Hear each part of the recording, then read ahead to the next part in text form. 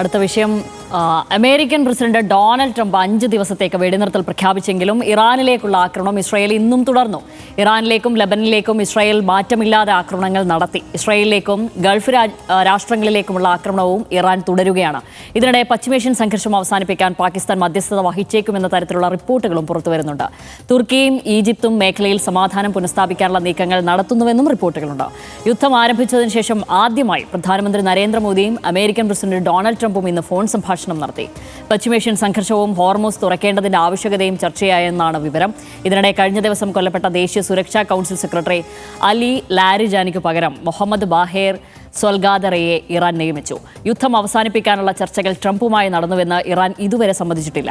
America നിലപാട് മയപ്പെടുത്തിയിട്ടും എന്തുകൊണ്ടാണ് സംഘർഷത്തിന് അയവ് വരാത്തത്? തത്കാലത്തേക്ക് എണ്ണവില പിടിച്ചു നിർത്താനുള്ള തന്ത്രം മാത്രമായിരുന്നു ട്രംപിന്റെ നീക്കത്തിനു പിന്നിൽ.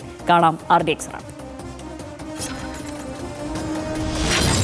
സമാധാന കരാർ ഉണ്ടാക്കിയെന്നും മേഖലയിൽ 5 ദിവസത്തേക്ക് വെടിനിർത്തൽ ഉണ്ടാകുമെന്നും ഡൊണാൾഡ് ട്രംപ് അവകാശവാദം ഉന്നയിച്ചിരുന്നെങ്കിലും അങ്ങനെയൊരു ചർച്ച നടന്നില്ല എന്നാണ് ഇറാൻ വിദേശകാര്യ മന്ത്രാലയം വ്യക്തമാക്കുന്നത്. ട്രംപുമായി നേരിട്ടോ അല്ലാതെയോ ചർച്ചകളൊന്നും ഉണ്ടായിട്ടില്ല എന്നാണ് ഇറാന്റെ വിശദീകരണം. ട്രംപ് നുണയനാണെന്നും തെറ്റായ വാദങ്ങൾ വിശ്വസിക്കരുതെന്നും ഇറാൻ ഡെപ്യൂട്ടി സ്പീക്കർ പറഞ്ഞു. സംഘർഷം അവസാനിപ്പിക്കാൻ പാകിസ്ഥാൻ മധ്യസ്ഥത വഹിച്ചേക്കുമെന്നും അന്താരാഷ്ട്ര മാധ്യമങ്ങൾ റിപ്പോർട്ട് ചെയ്തു. തുർക്കിയും ഈജിപ്തും മേഖലയിൽ സമാധാനം പുനഃസ്ഥാപിക്കാനുള്ള നീക്കങ്ങൾ നടത്തുന്നുവെന്നും റിപ്പോർട്ടുകളുണ്ട്. അതേസമയം ട്രംപിന്റെ ഈ പിന്മാറ്റത്തിൽ ഇസ്രയേലിൽ കടുത്ത അതൃപ്തി നിലനിൽക്കുന്നതായാണ് വിവരം.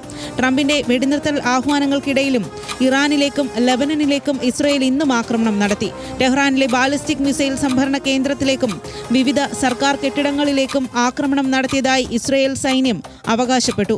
ജനവാസ കേന്ദ്രമായ തെബ്രീസിൽ മാത്രം 6 പേരാണ് ഇസ്രയേൽ ആക്രമണത്തിൽ കൊല്ലപ്പെട്ടത്. ഗൾഫ് മേഖലകളിലേക്കുള്ള ആക്രമണം ഇറാനും തുടരുകയാണ്. RDX news Malayalam.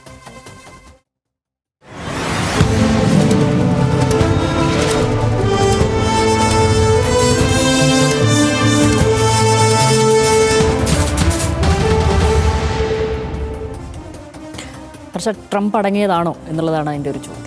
സാധാരണ അമേരിക്കൻ പ്രസിഡന്റുമാർ ഏത് ചാനലിൻ്റെ മൈക്ക് കണ്ടാലും പ്രതികരിക്കുന്നവരായിരുന്നില്ല. പക്ഷേ ട്രംപിൻ്റെ ഒരു പ്രത്യേകത, ഇവിടുത്തെ പല നേതാക്കന്മാരെയും പോലെ എല്ലായ്പ്പോഴും പ്രതികരിച്ചുകൊണ്ടേയിരിക്കണം എന്നുള്ള തോന്നലുള്ള ഒരാളാണ്. അപ്പോൾ അതുകൊണ്ട് ഈ യുദ്ധം ആരംഭിച്ചതിന് ശേഷം ഇങ്ങോട്ട് മിക്കവാറും എല്ലാ ദിവസവും ട്രംപിൻ്റെ എന്തെങ്കിലും ഒരു പരാമർശം വാർത്തയായിട്ടുണ്ട്. ഇതൊന്നും നമ്മൾ വിശ്വസിക്കേണ്ട. കാരണം ഒന്നും പറയുന്നതല്ല പ്രവർത്തിക്കുന്നത് എന്നുള്ള പ്രശ്നം ട്രംപിൻ്റെ കാര്യത്തിലുണ്ട്. ഇപ്പോൾ വെടിനിർത്തൽ എന്തായാലും 5 ദിവസത്തേക്ക് പറഞ്ഞിട്ടുണ്ട്. 5 ദിവസത്തിനകം തീരുമാനം ഉണ്ടായില്ലെങ്കിൽ കടുത്ത നടപടി എന്നാണ് പറഞ്ഞിരിക്കുന്നത്. അല്ലാതെ ഇതോടെ പ്രശ്നങ്ങൾ അവസാനിക്കും എന്നുള്ളതല്ല യഥാർത്ഥത്തിലെ അവസ്ഥ. ട്രംപിന് തടിയൂരാനുള്ള ആഗ്രഹമൊക്കെ ഉണ്ട്. ട്രംപിന് പരാജയം എന്ന് പറഞ്ഞിട്ട് ലോകത്തെ ഏറ്റവും വലിയ വൻശക്തിക്ക് ഈ യുദ്ധമുഖത്ത് നിന്ന് പിൻവാങ്ങാനൊന്നും പറ്റത്തില്ല. അപ്പോൾ അതുകൊണ്ട് ട്രംപ് ഇങ്ങനെ പലതരത്തിൽ വാചകമടിച്ച് ഒരു പക്ഷേ ഒരു കരയുദ്ധത്തിലേക്കൊക്കെ നയിക്കുന്ന തലത്തിൽ നിന്ന് പിന്മാറിയേക്കാം. അപ്പോൾ ഹോർമൂസ് കടലിടുക്കിന് അവിടെ ആക്രമണത്തിന് വേണ്ടി കരയുദ്ധത്തിന് തയ്യാറെടുക്കുന്നു എന്നൊക്കെയുള്ള വാർത്തകൾ അമേരിക്കയിൽ നിന്നൊക്കെ വരികയും ഇസ്രായേൽ അതിന് തയ്യാറെടുക്കുന്നു എന്നൊക്കെ പറയുമ്പോൾ ഇറാൻ കാത്തിരിക്കുകയാണ് കരയുദ്ധത്തിന് ഇവരെല്ലാവരും വരാൻ വേണ്ടിയിട്ട്. കാരണം കരയുദ്ധത്തിൽ അവിടെ ആ ടെറൈനിൽ അങ്ങനെയൊന്നും എളുപ്പത്തിൽ നേടാൻ കഴിയുന്ന സ്ഥലമൊന്നുമല്ല. മാത്രമല്ല ഈ പല വാചകമടി നടക്കുമ്പോഴും ഹോർമൂസ് കടലിടുക്ക് അടഞ്ഞു തന്നെ കിടക്കുകയാണ്. ഇന്ത്യയിലേക്ക് 2 കപ്പലുകൾക്ക് അപ്പുറത്ത് പിന്നെ കപ്പലുകൾ കടന്നു വന്നിട്ടില്ലാത്ത സാഹചര്യമുണ്ട്. അപ്പോൾ ഇറാൻ പ്രസിഡന്റുമായിട്ട് നമ്മൾ പ്രധാനമന്ത്രി സംസാരിക്കുന്ന സ്ഥിതിയിലേക്ക് കാര്യങ്ങൾ എത്തിയിട്ടുണ്ട്. അപ്പോൾ അതായത് നമ്മുടെയൊക്കെ ഒരു ഊർജ്ജ പ്രതിസന്ധി എന്നുള്ളത് ഏത് അളവിലാണ് എന്നുള്ളത് നമ്മൾ കാണുന്നു, മനസ്സിലാക്കുന്നു. റോഡിലിറങ്ങി ഹോട്ടലുകളിൽ ചെന്നാൽ നമുക്ക് യുദ്ധം എങ്ങനെയാണ് ബാധിച്ചിരിക്കുന്നതെന്ന് മനസ്സിലാവും. ഇതിനേക്കാൾ ഗുരുതരമായ തരത്തിൽ ഇപ്പോൾ ഓസ്ട്രേലിയ അടക്കമുള്ള മറ്റ് പല രാജ്യങ്ങളെയും നോക്കിക്കഴിഞ്ഞാൽ അവിടെ എല്ലാം എണ്ണവില നേരെ ഇരട്ടിയായി മാറിയിട്ടുണ്ട്. അപ്പോൾ ഈ സാഹചര്യം ലോകത്തെ ആകെ ബാധിച്ചിരിക്കുന്നു എന്നുള്ളത് വസ്തുതയാണ്. അതുകൊണ്ട് ഒരു തരത്തിൽ കച്ചവടക്കാരനായ ട്രംപ് പ്രതിസന്ധിയിലാണ്. ആകെപ്പാടെ സങ്കീർണമായ സാഹചര്യം നിലവിലുണ്ട്. പക്ഷേ വിശ്വസിക്കേണ്ടതില്ല, എന്തും ഇനിയും സംഭവിക്കാം. അങ്ങനെ സംഭവിച്ചാൽ ഒരുപക്ഷെ കൂടുതൽ ഗുരുതരമായ അവസ്ഥയിലേക്ക് ലോകം പോകും. ഇതൊരു ബൂമറാങ്ങായി അദ്ദേഹത്തിന് വന്ന് ഭവിച്ചിട്ടുണ്ടെന്നാണ് എനിക്കും തോന്നുന്നത്.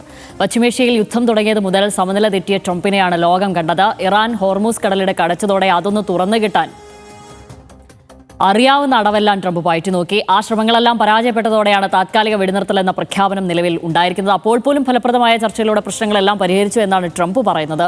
ഒന്നുകൂടി കടന്ന് ഇത്രയും നാൾ ഇറാനെ ഭീകര ഭരണകൂടം എന്ന് വിശേഷിപ്പിച്ച Trump the country of Iran എന്ന് അഭിസംബോധന ചെയ്യുകയും ചെയ്തു. അതായത് ഇല്ലാതെ സ്വയം പിന്മാറുന്നു എന്ന് പറയാനുള്ള ജാള്യത ഇങ്ങനെയൊക്കെ മറച്ചു പിടിച്ചു എന്ന് വേണമെങ്കിലും ഇതിനെ കാണാം.